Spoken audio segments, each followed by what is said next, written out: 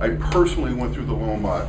I personally went through the short sale. It cost me my home. It cost me, I went through a horrible divorce as a result of it. Because like a guy, I would walk through the house and try to high-five myself going, hey, we just missed another payment. My wife's in the corner holding baby pictures crying because we're going to lose the house. So I understand this whole process. Not only did I design the system, but I personally went through it. So it's passionate to me. I'm very concerned for these clients and we want to help. Now, when do you want to use us? Okay? Well, originally we started the program. This is our second year. We spent 1 year developing it and the last 13 months implementing it. So originally it was, we wanted escrow to be closed. Well, the problem we have with that is the collateral damage from these types of transactions are brutal. It isn't just so much that you're doing a short sale, it's the fact that the family has to relocate, you have kids being moved from school districts, we have suicides that are going on, we have all kinds of awful things that are a result of these types of transactions. So what we've been able to do in a perfect world is, if you're doing your short sale for your client and you open escrow, we now work with a handful of banks that are familiar with us, understand this process. We'll go ahead and open escrow on a new transaction, underwrite the loan, and I think there's some loan officers here, we'd be more than happy to discuss it if you'd like. Underwrite the loan, get all your verifs done, everything contingent upon receipt of this judgment. So if everything flows perfectly, we close short sale escrow on the 1st, we're in court on the 2nd, we get the judgment on the 2nd, we submit to all the databases, we close the new purchase 3 or 4 days behind receiving the judgment. Okay? Pretty good stuff.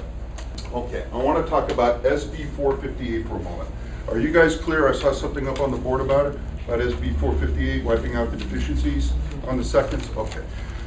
So if you have a short sale negotiation and the second now refuses to accept any money, okay, what are the alternatives? They say to you, well, I want you to pay out of your commission. I don't want to pay any money. Okay, so typically what happens, either you as a realtors have to chip in, try to find this money elsewhere, or the deal breaks down and the deal doesn't get closed, right? What happens to the property? The property proceeds on to foreclosure.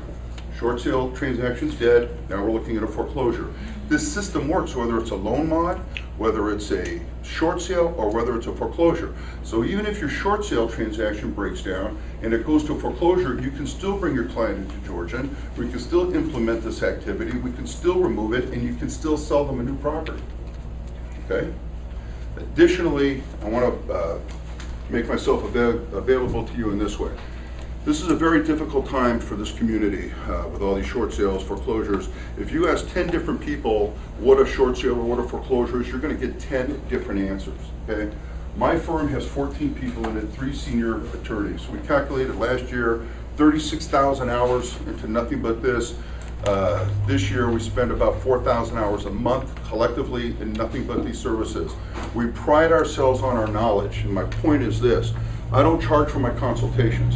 If you have clients that don't understand what's happening, they want to get a professional response, whatever it is, call my office, very simple, kindly not tell you how to get a hold of me. I will get on the phone, I typically block out 20 minutes, I don't charge, and I would just say, what is your issue, what is it that you're trying to do?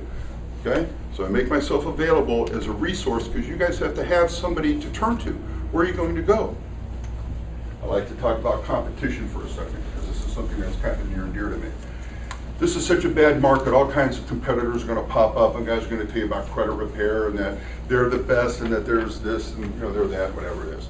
There's a company out there called Dispute Suite. Some of you may or may not be aware. They're going to have a boot camp here in San Diego in October.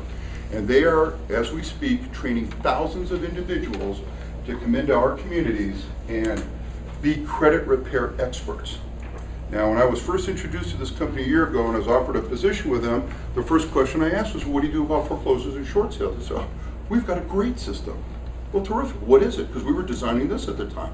What's your system? Well, when you write a dispute letter to either of the 3 credit bureaus, on the receiving end, when you send your dispute in, there's a computer system called eOscar. So this is how they train their reps to handle foreclosures.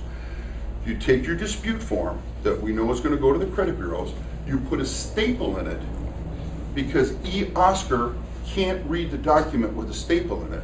So it's going to go ahead and remove the foreclosure. Now, is that how you want to advise your clients in today's world? Put a staple in a piece of paper and hope it doesn't get read by eOscar? So then I asked, well, what about MERS, and what about LoanSafe, and what about all these other databases? Well, we don't really deal with those. We're only dealing with the 3 credit bureaus. Well, my response to that was, well then, what's the point of doing it? Because if you're successful and you clear the foreclosure from the 3 bureaus and you go through underwriting and somebody pulls a MERS or a LoanSafe or a CoreLogic at the end and there's a foreclosure, your transaction's dead. Which they will. Which they will, absolutely. You're the lender, correct? Yeah. Which they will. So if I hand you a court order that says that all this information is inaccurate, if it should appear, and I show you a court order for your underwriting that says remove it, it's inaccurate, do you honor that? Well, I just would want to see it probably. Okay. They would probably have to get out of MERS and all that stuff Right, first. which you know? this process will do. Okay. You're more than welcome to take a look at that judgment if you like, and Yeah, okay, got it. and Cool. see Thanks, it. man. So the reason why I bring this up is because, again, this market to me is all about credibility and integrity and honor. We're only as good as who we are and how we represent ourselves to the community that we're doing business with. I take a tremendous amount of pride in this.